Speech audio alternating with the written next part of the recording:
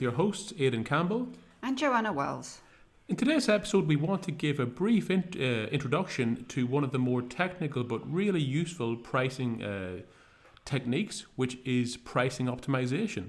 So, Joanna, what is pricing optimization? Okay, so I think in its most simple form, price optimization is a very analytical, scientific price setting algorithm or process.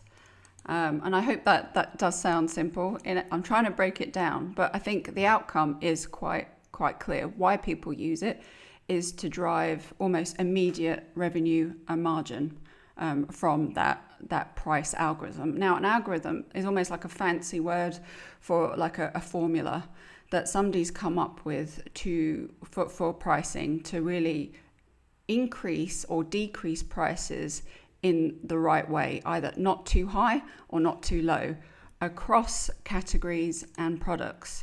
Now, this is very significant for all types of businesses, especially businesses with lots of customers, lots of different customer groups, or many products in the thousands and thousands of SKUs. You really need a better way to set and manage pricing. So a lot of businesses now are investing in a price algorithm for those difficult price rise times. So they know that they're not just doing a blanket price increase across the board, across all of their products, because it's just easier to do it that way, or a business that's looking to improve profitability in a certain time frame. Now, for both of those conditions, businesses now are using more sophisticated price algorithms that have either been developed by a pricing team or by a consultancy or by an IT vendor. Yeah, I think really pricing optimization, it's not something that you do straight off the bat if you're not a skilled or experienced pricer. It's something where there's a lot of technical know-how and ability required. This is often where consultants will come in and help teams with this or upskill in that regard. It's certainly not just a blanket price increase. With a price optimization, in many areas prices could decrease. You'd be looking across the more profitable lines or the more popular lines of your SKUs. It really is. It's also often referred to as a SKU optimization also. And you have to bear in mind that a lot of companies in different sectors, they may have thousands of different SKUs. So we're not talking about one or two lines here. In many companies, we could be talking about multiple thousands of lines. And that can lead to obviously a huge amount of data crunching, data analytics, and real expertise, hence the algorithms and the computer number crunching ability that is required.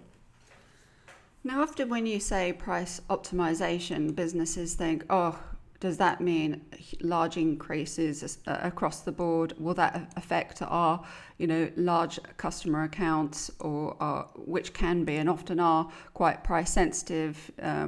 What will happen? Will it drive customers away? Will we lose huge amounts of cash flow if we implement this price optimization process? And the answer is no. Actually, price optimization really doesn't focus on those big accounts or, top selling products, because those are your sort of, you have to protect those. You've got to, really be careful about what you do with that, because there is so much attention on that. If it's via, your procurement teams, customer procurement teams, they all know the prices there, or shoppers who get these sort of goods every day, their staple goods, habitual purchases. They know the prices of these products. So you don't want to move the prices around too much, but you do want to know, especially I think just talking about, the shopping experience, if shoppers do want to have promotions and discounts. So you've got to really know what level of discount to give them. If you give them too much, you lose margin. If you don't give them enough, you don't get enough traffic. They don't buy, or if you give them too much, they might hoard. All those sort of things. So a price algorithm will look at those things, and these things are called conditions that are set in the algorithm. But ultimately, to keep it simple, a price algorithm just protects large accounts and products. So it doesn't do much with that. It sort of looks at the middle sort of range of your products and customers to see what you can do there, but taking again a risk a risk-free approach, but really optimizes the tail end of customers or products, because that's your low risk, under the radar type of product group. But even then, it's not it's done with restrictions in mind between price parameters. It's really taking tiny little clips of increases here and there, and maybe adjustments, and that could be lowering prices here and there just to drive volume. So it's looking at volume metrics, it's looking at margin, profitability, revenue, and the goals of the business will be set within that algorithm as well. These are called business conditions. So it is quite a sophisticated process. And as Aidan says, there are a few leading pricing teams and experts out there that can do this for you internally, and we know of those. But ultimately, a lot of this area has been sort of managed by consultants and IT vendors. But a lot of that expertise is now becoming more widespread as more businesses, buy these optimizations software tools, and some good pricing managers have been able to refine algorithms and even recreate them from scratch.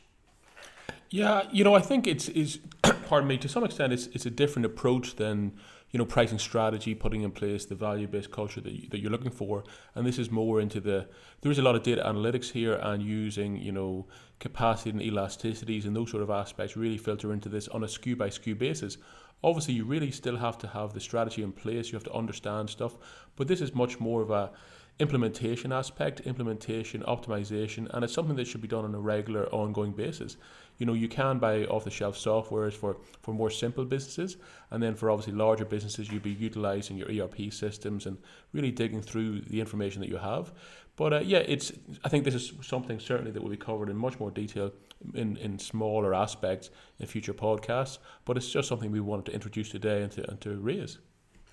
Yeah, look, and feel free if you're thinking about price optimization. You've heard other business leaders using optimization techniques. Feel free to touch base with us. We're happy to point you in the right direction, give you some additional insights into what we know, how this has worked out in Australian businesses, on what type of team can manage that sort of internal capability. Or, if you need additional, cash flow, it's a difficult time in a recovery.